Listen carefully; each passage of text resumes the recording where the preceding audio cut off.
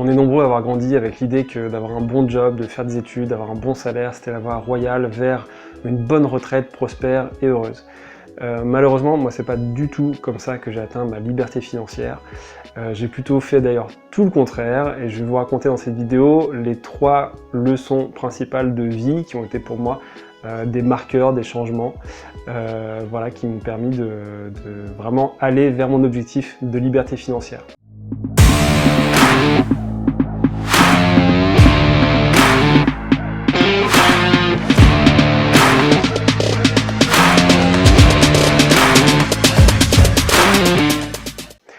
La toute première leçon, pour moi, c'est le fait qu'il n'y a pas de sécurité de l'emploi. La sécurité de l'emploi est un mythe qu'on vous vend en France bien volontiers pour finalement vous amener à penser que un salaire est une sécurité, un job CDI est une sécurité. Mais finalement, il suffit d'allumer sa télé pour voir que la sécurité de l'emploi, dès lors qu'il y a un licenciement économique, une crise, ou tout simplement que on a besoin de vous licencier, vous n'êtes qu'à un avertissement d'un rendez-vous chez le DRH. Donc je dirais que la sécurité de l'emploi, elle est beaucoup plus du côté du patron que du salarié. Parce que le patron, il va pouvoir créer son projet d'entreprise, il va pouvoir tout simplement lui-même planifier les choses et s'entourer des équipes qu'il va embaucher pour faire en sorte que sa sécurité à lui soit bien gardée. Et donc la première leçon que j'ai apprise, malgré que j'ai passé de nombreuses années à être salarié, et je suis très heureux de les avoir passées, pour moi c'était une aventure professionnelle hyper enrichissante, du moment où vous souhaitez avancer vers un objectif de liberté financière, d'indépendance financière, c'est certainement pas en étant salarié que vous allez pouvoir atteindre cet objectif. La deuxième leçon très importante, c'est que les riches, ceux qui font vraiment de l'argent, ne travaillent pas pour l'argent. Mais inversement, c'est l'argent qui travaille pour eux. Qu'est-ce que ça veut dire? Ça veut dire que en fait, un riche fait en sorte de mettre en place des investissements, il fait en sorte de placer son argent pour avoir des retours sur cet investissement. Donc il n'a pas besoin de sa force de travail pour générer des capitaux, pour générer de la valeur. Et c'est la grosse différence avec le patron d'entreprise, le directeur d'entreprise, le salarié, l'employé, qui eux tous travaillent à l'intérieur de l'entreprise pour générer de la valeur, pour créer des richesses et donc finalement sont attachés au projet d'entreprise pour que ça génère derrière des fonds. Donc le riche, lui, ne travaille pas pour l'argent, c'est l'argent qui travaille pour lui. Ça me rappelle d'ailleurs une anecdote où j'ai créé une start-up en 2013, une start-up de livraison qui avait pour but de permettre à tout le monde de devenir livreur pour les courses du quotidien. Donc c'était un petit peu Deliveroo ou Flink avant Flink. Maintenant ce sont des services qui sont très répandus, mais à l'époque j'étais arrivé assez novateur sur ce projet et on m'avait proposé d'investir des fonds dans ma start-up. Mais finalement j'avais bien vu que j'étais pas très qualifié pour ça et j'avais bien vu qu'en fait c'était pas le projet d'être finalement la personne qui allait gérer un projet pour faire fructifier l'argent d'un autre, c'était pas du tout mon objectif.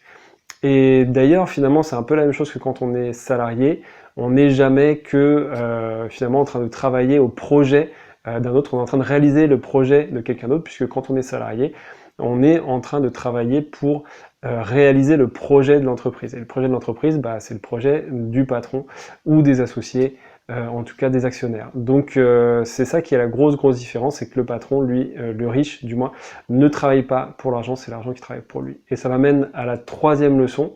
La troisième leçon qui est que le riche, lui, ne vend pas son temps contre de l'argent. C'est très lié à la leçon précédente.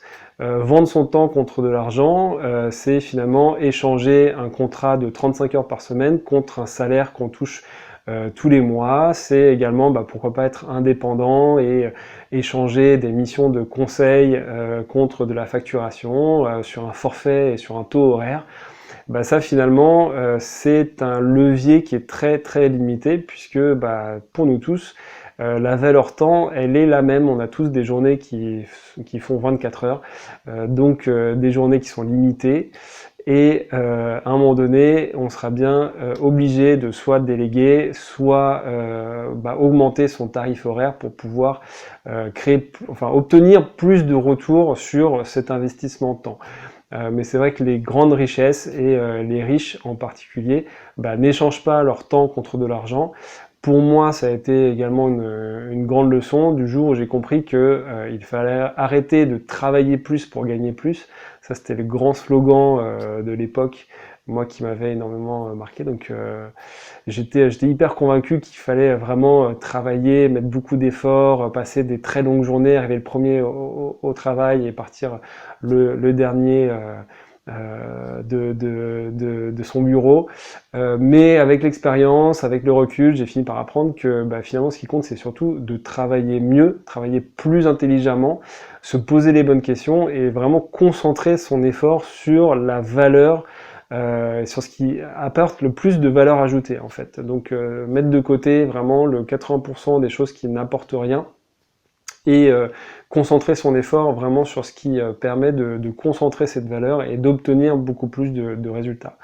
Donc c'est pour ça aussi qu'après on peut soit continuer à travailler effectivement toute la semaine sur des grosses amplitudes horaires, soit faire plutôt comme moi j'ai adopté ce style de vie aujourd'hui, c'est-à-dire que je ne travaille que 2, 3, 4 heures maximum par jour et encore pas tous les jours. Globalement, je travaille 4 jours par semaine, 2-3 heures en général. Le matin, je vais surtout m'occuper de faire de la lecture, de faire ma méditation, de faire ma petite routine. J'ai aussi emmené mon fils chez son assistante maternelle. Le midi, j'aime bien cuisiner, me faire un petit plat. Et puis l'après-midi, c'est là où je vais être un peu plus productif. Faire mes réunions de travail, gérer mes équipes, voir où en sont les chiffres, etc.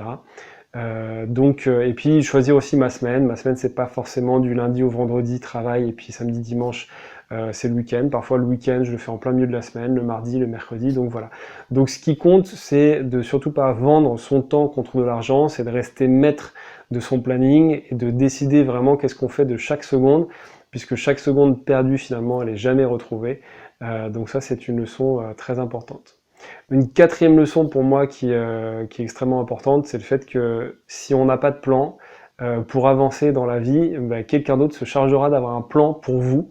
Vous comprenez bien encore une fois que comment toutes ces pièces s'imbriquent comme des Lego et sont finalement très liées. Le fait d'avoir un plan pour soi, c'est le fait de simplement avoir des objectifs, se donner des échéances, se donner un planning et puis savoir avancer aussi avec une vision. Alors d'avoir des objectifs sur 2 ans, 3 ans, 5 ans, 10 ans, ça peut paraître extrêmement abstrait. Certains refusent complètement de le faire et trouvent ça inutile. Moi personnellement c'est des choses qui m'aident. J'aime bien prendre une feuille de papier et chaque année lister ne serait-ce que mes objectifs sur l'année, qu'est-ce que je veux atteindre à la fin de cette année et d'avoir une vue lointaine aussi, un petit peu comme peut-être pas forcément des objectifs, mais comme une vision de qu'est-ce que sera ma vie dans 3 ans, dans 5 ans, qu'est-ce que je veux atteindre. Et c'est vrai que ce qui permet comme ça de se positionner sur cette vision lointaine, c'est une vision finalement qui va vous emmener, si on y croit, il suffit pas de le voir mais aussi de le croire, de vous emmener petit à petit à construire les étapes de votre vie, puisque après en redécomposant ça en plus petites étapes, finalement vous pouvez avancer sereinement sur votre plan d'action. Donc vraiment en mode chef de projet. C'est vrai que moi j'ai longtemps été chef de projet quand j'étais salarié, on va dire, dans mon ancienne vie. J'ai gardé cette discipline de positionner des échéances sur un planning et puis d'avancer petit à petit sur les différentes étapes du projet. Donc c'est le fait d'avoir un plan pour soi, un plan de vie, que ce soit pour sa vie perso comme pour sa vie pro, comme on planifierait des vacances finalement, c'est garder la maîtrise de la façon dont on veut mener sa vie, parce que dites-vous bien que sans ça, quelqu'un d'autre aura la maîtrise à votre place, c'est-à-dire qu'on va vous proposer un projet, et puis vous allez être balancé au gré du vent, à droite à gauche, un peu comme une feuille qui tournoie dans le vent, donc voilà, donc l'idée c'est que vous ayez un plan. Et je dirais que la cinquième leçon, c'est de ne jamais arrêter de se former. jamais arrêter. Enfin moi personnellement, je lis énormément, j'essaie de lire une vingtaine, une trentaine de livres chaque année. Ça peut paraître beaucoup pour certains, voire très peu pour d'autres. Je connais des personnes qui arrivent à lire presque 100 livres chaque année et qui lisent bien plus que moi.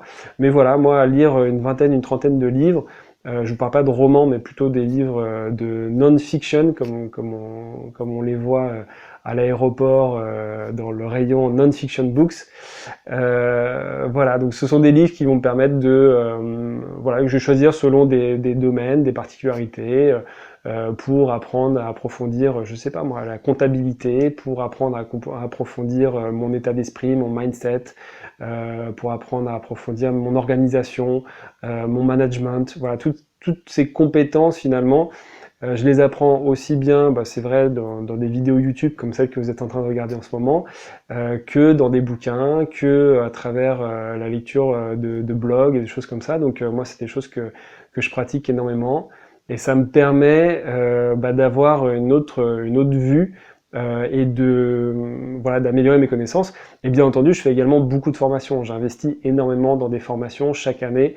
Je me forme sur des nouvelles compétences, sur comment voilà, améliorer mon business. Je vais prendre un domaine, une compétence en particulier, et je vais me former dessus. Ça m'aide énormément aussi à beaucoup mieux maîtriser une compétence. Donc en résumé, voilà pour cette vidéo. Vous l'avez bien compris, ne croyez pas que l'emploi est une sécurité. Si vous êtes en CDI, ce n'est pas du tout une sécurité jusqu'au jour où vous serez simplement remercié et dirigé vers la porte de sortie pour parler poliment. La deuxième chose, c'est ne travaillez pas pour l'argent. Ne devenez pas esclave de l'argent, ne devenez pas esclave d'un business. Faites en sorte que le business travaille pour vous, faites en sorte que l'argent travaille pour vous. Ne vendez pas votre temps contre de l'argent, soyez beaucoup plus orienté résultat et n'échangez pas finalement ne vendez pas un taux horaire, ce qui pour moi est toujours finalement limité puisque votre journée fera 24 heures. Quatrième leçon, ayez un plan pour organiser et garder la maîtrise de votre vie. Et cinquième leçon, formez-vous un maximum, lisez beaucoup, lisez tout ce qui vous plaît, lisez voilà, tout ce qui vous permet de vous améliorer dans votre vie. Et déjà, avec ces 5 réflexes, vous atteindrez beaucoup plus de choses que la plupart du monde, la plupart des gens. Si cette vidéo vous a plu, n'oubliez pas de mettre le pouce, commentez, dites-moi si c'était bien, dites-moi aussi si c'était pas bien, et abonnez-vous à cette chaîne. Et puis maintenant, allez voir les autres vidéos qui se trouvent sur cette chaîne. À très bientôt.